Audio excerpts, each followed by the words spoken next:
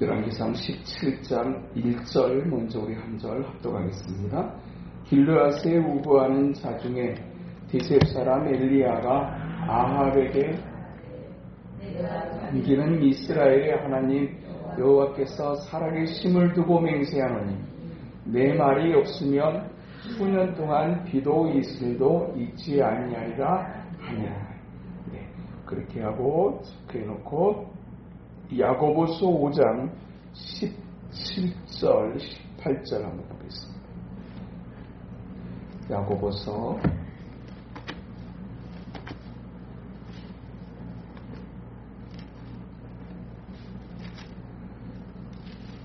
5장 17절과 18절 합독하겠습니다.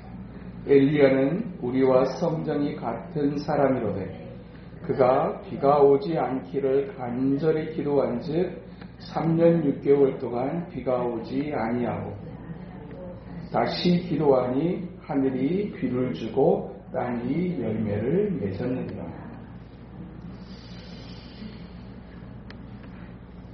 사람들이 살아갔던 시대에 대한 이야기를 우리는 역사라고 이야기합니다. 그 역사를 살펴보게 되게 될 때 어떤 역사 속의 시간 한 기간은 태평성대를 이루는 기간이 있는가 하면 어떤 기간은 참으로 혹독한 어두움이 뒤덮어버렸던 그런 역사의 시간들이 있었던 것을 볼 수 있습니다. 세상의 역사도 그렇고 하나님의 나라의 역사도 그렇고 마치 1년 속에 봄과 여름과 가을이 가을과 겨울이 있는 것처럼 그렇게 혹독하고 또 심각한 시간들이 있는가 하면 또 그렇게 따사롭고 풍요로운 계절들도 역사 속에 인생 속에 존재합니다. 봄날이 무슨 문제가 있겠습니까? 가을이 무슨 문제가 있겠습니까? 중요한 것은 그 뜨거운 여름날 그 시린 그 겨울날을 어떻게 지나갈 것인가 라고 하는 것이 한 해를 지나가는 인생 속에 가장 큰 고민이 아닐 수가 없습니다. 역사의 한 어둠의 시대를 지나가면서 또한 역시 우리에게도 동일하게 어떻게 이 어지럽고 어두운 시대를 우리가 벗어날 수 있을 것인가. 그런 역사의 어떤 그런 한 페이지 속에서 이 어두움의 상황을 어떻게 바꿔낼 수 있을 것인가. 이 고민을 하는 하나님의 사람들에게 역사의 가장 어두운 시대를 지나갔던 한 사람의 이야기를 열왕기상 17장은 기록해주고 있습니다. 그 당시에는 북쪽 이스라엘과 남쪽 유다로 나뉘어져 있어 남쪽 유다를 다스리는 왕에 의해서 남쪽 유다의 역사가 진행되고 북쪽 이스라엘을 다스리는 왕들에 의해서 이제 북쪽 이스라엘이 다스려지게 되어지는데 특별하게 가장 어두웠던 시대의 한 페이지를 열왕기상 17장 이하로부터 기록하게 될 때 그 당시의 상황 속에서 남쪽 유다를 다스리는 왕은 하나님 앞에서 신실한 삶을 견주했던 요사밧이 다스리는 때였고 그리고 북쪽 이스라엘은 이스라엘의 역대 왕 가운데 가장 심각하고 악한 왕이었던 아합이 다스리던 때였습니다. 북쪽 이스라엘의 역사를 들여다보게 되게 될 때 하나님 앞에서 제대로 섰던 때가 얼마나 됐었을까를 보게 될 때 북쪽 이스라엘의 역대 왕가들 가운데서 하나님 앞에서 신실한 섬김의 시간들을 가졌던 왕들은 거의 찾아볼 수가 없습니다. 남쪽 유다의 역사 속에도 역시 하나님 앞에서 신실하지 못했던 순간들이 있었지만 그래도 남쪽 유다의 역사 속에는 그래도 한때 그 왕이 있었을 때는 신실하게 하나님 앞에서 살려고 애를 썼던 그런 시간들이 있었습니다. 그럼에도 불구하고 북쪽 이스라엘의 역사는 한결같이 하나님을 근심하게 하는 나라였고 그런 역사의 페이지들을 계속해 왔었습니다. 그렇지만 그렇게 하나님이 기뻐하실 수 없는 역사를 진행해 갔던 북쪽 이스라엘도 그들 나름대로의 하나님을 섬기고 하나님을 섬기면서 동시에 그들은 또 그들이 섬기고 싶었던 우상들을 동시에 섬기던 그런 역사였다고 말할 수 있습니다. 하나님도 섬기고 세상도 섬기고 하나님의 신도 믿으면서 세상의 신도 믿으며 그렇게 삶을 살아가던 이 북쪽 이스라엘의 역사 가운데 특별하게 아합이라고 하는 왕이 다스리던 이때는 예전에 그랬던 것처럼 하나님도 섬기고 우상을도 섬기는 그런 시대가 아니라 하나님은 아예 던져버리고 우상만 숭배하던, 특별하게 아합이라고 하는 이 왕은 하나님을 두려워하지 않는 왕으로 대표됩니다. 특별하게 이 사람 옆에 있었던 한 여인 이세벨이라고 하는 이방 여인으로 말미암아서 이 북쪽 이스라엘이 바알신과 아세라신을 섬기는 것으로 가득했던 북쪽 이스라엘의 역사가 악했지만 그 악한 역사 가운데서도 가장 악했던 왕의 시대가 아합 왕의 시대였습니다. 그런데 그 악했던 시대에 하나님께서 하나님의 사람을 세우고 그 땅에 하나님의 사람을 보내시는데 그 사람이 우리가 잘 아는 엘리야라고 하는 하나님의 사람입니다.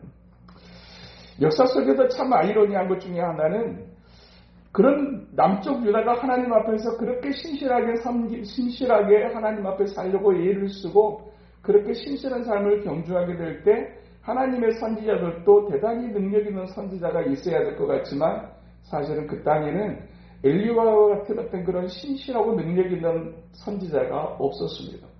없었다기보다는 필요하지 않았다라고 볼 수 있습니다. 가장 암울하고 가장 어두웠던 시대, 그 아합 왕의 시대에 하나님은 구약의 선지자를 대표하는 사람 엘리야, 구약의 선지자들 가운데 능력에 있어서 대표할 만한 선지자 엘리야를 하나님께서 그들에게 보내셨어요. 가장 악한 시대에 가장 능력 있는 선지자를 보내심으로 그 시대를 견디고 그 시대를 이겨가게 하시는 하나님의 섭리예요. 우리도 역시 인생의 가장 어두운 질곡의 시기를 지나가게 될 때가 있습니다. 그런데 그럼에도 불구하고 우리가 여전히 소망이 있을 수 있는 이유는 가장 힘겨운 시절에 하나님은 가장 귀한 은혜를 베푸시고 정말로 담대하게 견디기 어려웠던 시절을 버텨낼 수 있는 힘과 은혜를 하나님은 예비하시고 그들에게 허락하셔서 그 어둡고 시린 때를 이겨가게 하시는 하나님이라는 사실 때문입니다. 그렇게 구약의 시대를 대표할 만한 하나님의 사람이 남쪽 유다에서 나오지 않고 북쪽 이스라엘에서 나왔다는 사실이 아이러니기도 하지만 그럼에도 불구하고 가장 강력했던 능력의 종 엘리야를 하나님께서 그 땅을 긍휼을 베푸시고 바르게 세우기 위한 하나님의 도구로 사용하셨다는 사실은 오늘 우리가 살고 있는 이 시대의 어둠을 무엇으로 바꿔낼 수 있을 것인가? 하나님이 베푸시는 은혜와 하나님이 허락하시는 능력이 아니고서는 이 어지럽고 어두운 시대를 극복할 수 있는 방법이 없음을 우리는 고백하지 않을 수 없습니다. 어떻게 이성적으로 상식적으로 저렇게 잘못을 해놓고 저렇게도 당당할 수 있을까 싶은 생각을 하게 되게 될 때 우리는 그런 사람을 보고 이렇게 말합니다. 대책이 없다. 대책이 없어요. 도대체 저 사람은 국민과 함께 가겠다고 하는데 도대체 국민이 무엇을 원하는지에 대해서 진짜로 알고 있을까? 그냥 대통령이 아니라 불통령입니다. 그냥 그런 시대의 정말로 어두운 시대의 모습을 보면서 그것을 무엇으로 바꿔갈 수 있을 것인가? 우리가 살고 있는 시대뿐만 아니라 이스라엘의 역사 속에도 그렇게 어두운 시대에 하나님은 무엇으로 역사를 거스르고 역사를 새롭게 가셨는가를 보게 될 때 공통적으로 일관성 있게 우리가 보게 되는 한 가지 교훈은 하나님은 가장 어두운 시대에 가장 귀한 하나님의 은혜와 능력을 덧입히시는데 특별하게 기도하는 사람들을 통해서 시대의 어둠을 극복해 가게 하셨다라고 하는 사실입니다. 사실은 우리는 엘리야를 얘기하게 될 때 능력의 종이라고 하는 표현들을 사용하지만 사실은 능력의 종이라고 하는 것은 사람이 보고 싶은 부분이라고 말할 수 있어요. 그렇게 능력 있는 하나님의 종을 그 악한 시대에 그곳에다가 세우시면서 어떻게 그와 같은 능력의 역사를 이루셨는가? 그 사람에게서 발견되는 가장 큰 특징 하나가 있다면 사실은 그것은 그는 기도의 사람이었다라고 하는 사실입니다. 가장 큰 능력의 역사가 어디서 시작되어졌느냐? 하나님 앞에 기도하는 그 시간들을 통해서 그 사람의 그 기도를 통해서 하나님은 그 역사를 시작하시고 그 역사를 진행해 가셨다는 사실을 오늘 우리에게 말씀해 주고 있는 것입니다. 오늘 본문 우리가 읽은 것처럼 그가 간절히 기도한 즉 3년 6개월 동안 비가 땅에 오지 아니하고 다시 기도하니 하늘이 비를 주고 땅이 열매를 맺었느니라 그랬습니다. 내 말이 없으면 열왕기상 17장 1절에서는 아방 앞에서 엘리야가 하는 말, 내 말이 없으면 이 땅에 비도 이슬조차도 내리지 않을 겁니다 라고 얘기했는데, 그 사람의 말의 능력이 있기 전에 사실은 그는 하나님 앞에 간절하게 3년 비가 오지 않았던 3년 6개월 동안 간절하게 하나님 앞에 기도하는 사람이었던 것을 오늘 우리에게 말씀하고 있습니다. 하나님의 역사의 페이지는 반드시 하나님의 사람들의 기도를 통해서 열어가시고 하나님 앞에서 기도하는 하나님의 사람들을 통해서 역사를 바꿔가시고 계시는 분이라는 사실을 성경은 일관성 있게 오늘 우리에게 말씀해주고 있는 것입니다.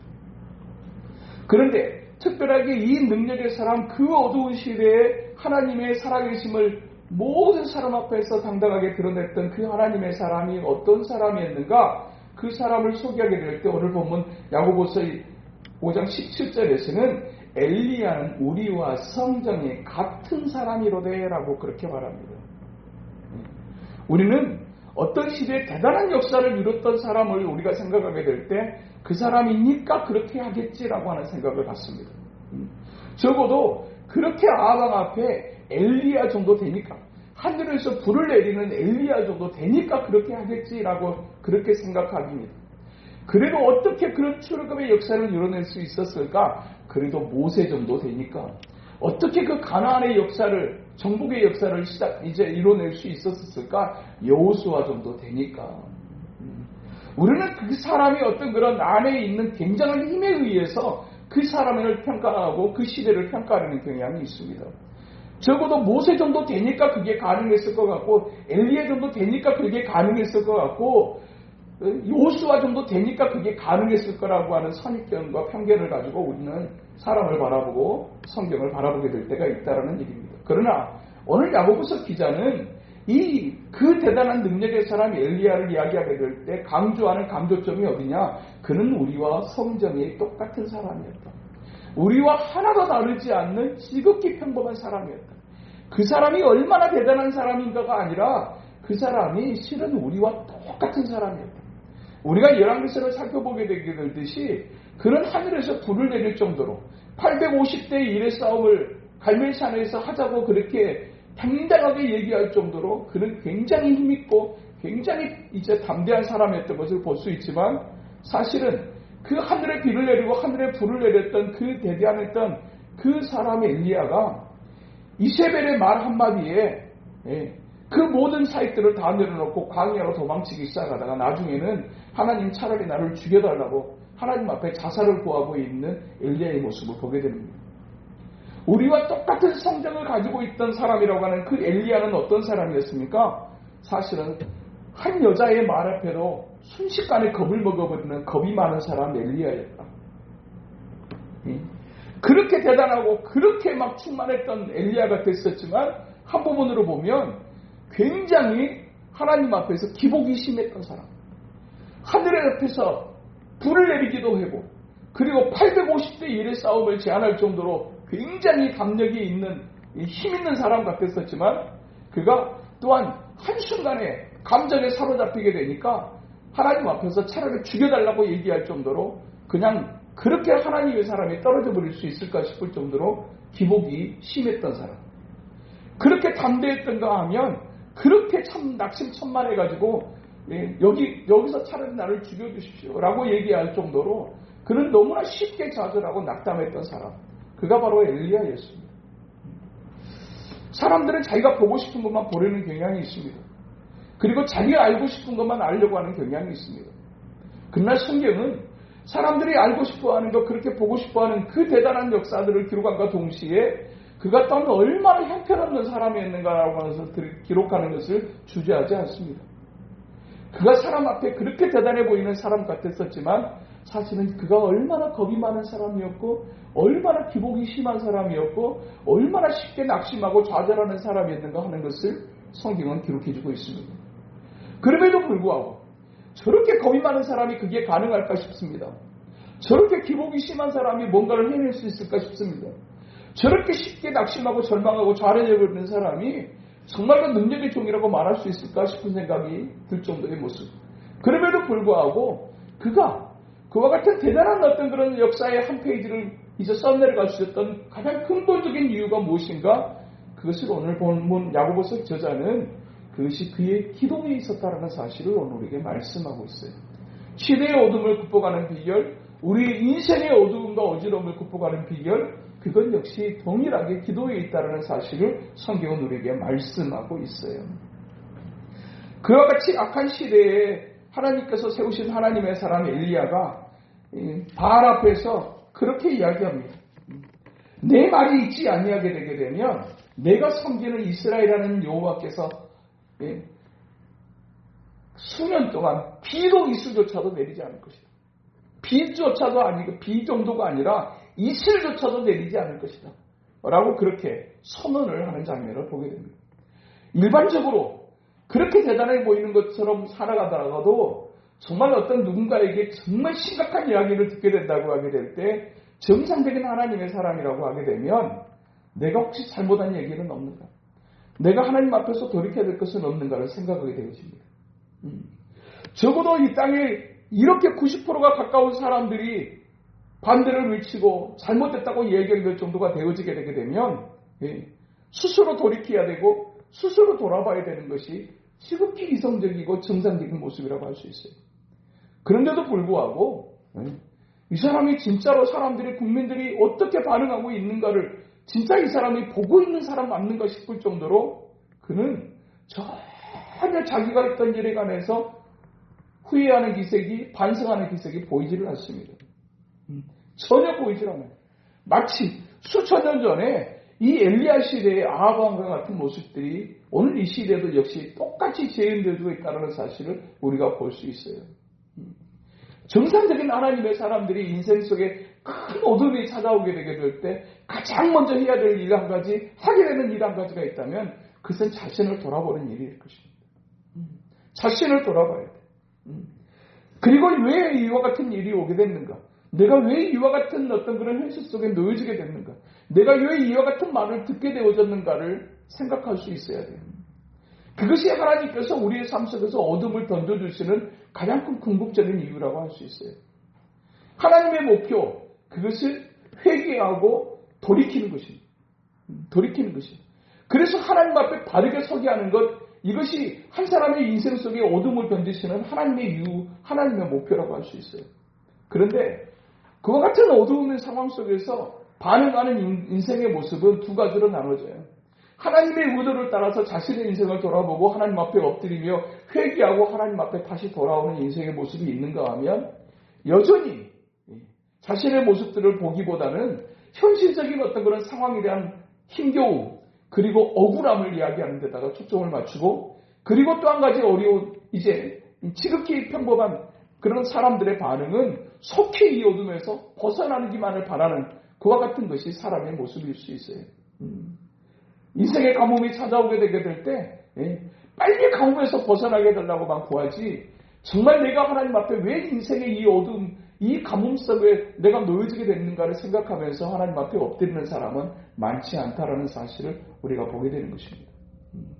하나님의 의도를 잘 살필 수 있을 때 진정으로 인생의 어둠을 걷어낼 수 있다는 사실을 우리가 아합왕의 모습을 통해서 보게 됩니다. 거기서 벗어나지 못하고 그것을 보지 못하게 되게 될 때 그가 얼마나 치명적인 상황으로 치달을 수 있는가 하는 것을 우리가 아합왕을 통해서 우리가 보게 되어지는 것입니다. 그렇게 악하고 어두운 시대에 하나님 앞에서 기도하는 한 사람 엘리야의 모습을 또한 18장에서는 또 기록해주고 있어요. 정말로 3년 6개월 동안 비가 내리지 않았던 그 땅을 위해서 기도하는 엘리야의 모습을 18장 42절로부터 44절까지 기록해주고 있어요. 그 기도하는 이 엘리야의 모습을 한번 우리가 보셔야 됩니다. 18장 42절을 보니까 아합이 먹고 마시러 올라가니라 엘리야가 갈멜산 꼭대기로 올라가서 땅에 꿇어 엎드려 그의 얼굴을 무릎 사이에 넣고 그의 얼굴을 무릎 사이에 쳐박고 하나님 앞에 기도하는 이 모습은 하나님 앞에 그가 얼마나 처절한 모습으로 기도하고 있는가를 볼 수 있어요. 시대의 어둠을 볼수록, 그리고 우리의 인생의 어둠을 우리가 보게 되게 될 때 우리가 해야 될 일, 그것은 하나님 앞에 정말로 간절하게 처절하게 기도하는 것, 그것이 가장 중요한 일이고 가장 힘써야 될 일이고 그것이 우리가 할 수 있는 최선의 일이라는 사실을 오늘 우리에게 보여주고 있어요. 그렇게 하나님 앞에 그렇게 이제 비가 오기를 기도하는데 어떻게 기도했다고, 이제 언제까지 기도했다고 오늘 본문은 말하느냐, 43절에 보니까 그의 사환에게 이르되 올라가 바다 쪽을 바라보라. 그가 올라가 바라보고 말하되 아무것도 없나이다. 이르되 7번까지 다시 가라.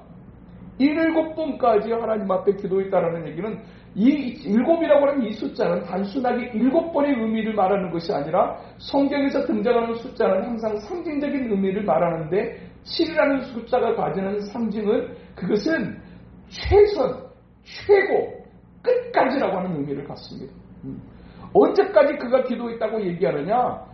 오늘 보면 44절에 7번째에 이르러서는 그가 말하되 바다에서 사람의 손만한 작은 구름이 일어나나이다 라고 말하는, 곧 하늘에서 변화가 일어나는 그 변화가 있을 때까지 그는 끝까지 기도하는 사람, 그가 엘리야, 하나님의 사람, 기도의 사람이었던 것을 오늘 우리에게 말씀합니다.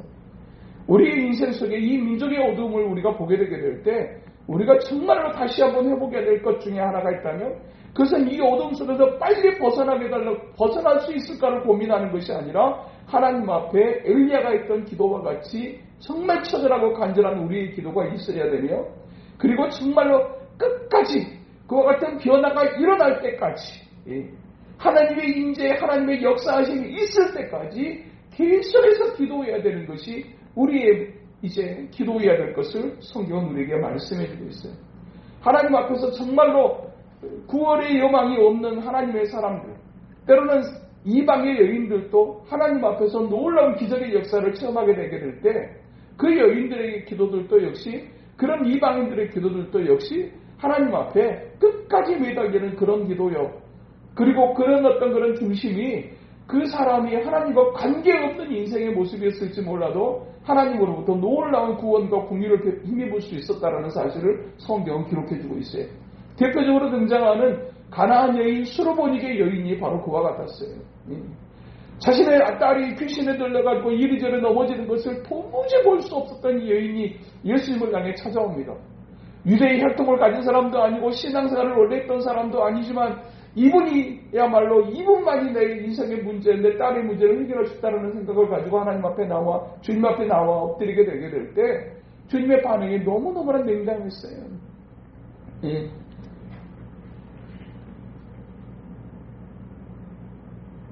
주인의 상에 떨어지는 것, 걔들에게 주는 것이 마땅하지 않다라고 그냥 그렇게 취급을 하는 그 예수님의 그 표현이 너무너무나 야속할 수도 있었을만, 그 여인은 그렇게 대답하지 않습니다.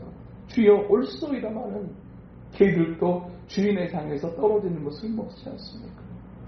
그 부스러기의 은혜라도 하나님 앞에 힘입기를, 주님 앞에 힘입기를 사모해 했던 그 가나안 여인의 그 간절한 그 기도가 그 평생 해결할 수 없는 문제를 해결해낼 수 있었다는 사실을 오늘에게 말씀해주고 있는 것입니다. 민족의 큰 덩어리로 본다고 해서 나라와 민족의 문제이든지 한 개인의 문제이든지 하나님은 그 역사를 바꿔내시게 되게 될 때 하나님은 반드시 하나님의 사람들로 기도하게 하셨고, 그리고 하나님의 사람들이 기도했던 그 기도를 기초로 하여 하나님은 그 어두움을 이제 바꿔내셨다는 사실을 성경들에게 일관성 있게 말해줍니다. 한 사람의 변화가, 한 사람의 회복이, 한 사람의 구원이 또한 한 사람의 것으로 끝나지 않고 반드시 그의 가정에게로 미치고 그의 주변으로 미치고 그 민족에게까지 이어진다는 사실을 성경은 우리에게 일관성 있게 교훈해주고 있습니다. 오늘도 역시 이 시대의 어둠을 풀어가는 비결, 그것은 기도밖에 없다고 말씀합니다. 우리 가정의 어두움을 풀어갈 수 있는 비결, 그것은 역시 기도밖에 없다는 사실을 우리에게 말씀하고 있는 것입니다. 오늘도 우리에게 허락하신 이 자리가 정말로 그냥 단순하게 그냥 매번 모여서 그냥 듣던 얘기 또 듣고 하던 기도 또 하는 이 시간이 아니라 정말로 이 시대의 절박함을 인지하고, 그리고 우리의 개인의 어떤 그런 삶과 영혼, 그리고 내 포기할 수 없는 내 사랑하는 영혼들의 그 운명을 붙잡고 하나님 앞에 여전히 우리가 해야 될 일은 기도밖에 없다는 사실. 힘으로도 아니 되고 능으로도 아니 되고 오직 여호와의 신으로만 되는 일. 울어도 못하고 참아도 못하고 힘써도 못하는 것. 오직 주님을 믿으며 하나님 앞에 엎드리는 그 기도만이 시대를 바꿔내고 삶을 바꿔낼 수 있다는 사실을, 사람을 바꿔낼 수 있다는 사실을 오늘 또 교훈하시는 하나님 앞에서 오늘 또 이 밤에 우리의 기도가 절대로 허공을 향해서 던져지는 그냥 메아리 같은 그냥 허공에 그냥 던져지고 없어지는 것이 아니라 하나님의 보좌에 상달되어지고 너희 말이 내 귀에 들린대요. 내가 너의 기도를 들었느냐, 내가 너의 믿음을 보았느냐. 주님께서 그렇게 인정하시는 그 인정 속에서 놀라운 기적의 역사가 일어났던 것처럼 오늘 또 우리 한 사람 한 사람의 기도가 내가 너의 기도를 들었느냐. 소돔과 고모라 성이 멸망하게 될 때 10명의 의인을 찾으셨던 하나님, 예루살렘이 멸망하게 될 때 이 성 안에서 의인 한 사람을 찾으셨던 그 주님의 안타까운 마음이 어쩌면 이 시대에도 이 시대를 바라보고 이 나라를 바라보는 주님의 마음이 아닐까라는 생각을 하게 되는 것입니다.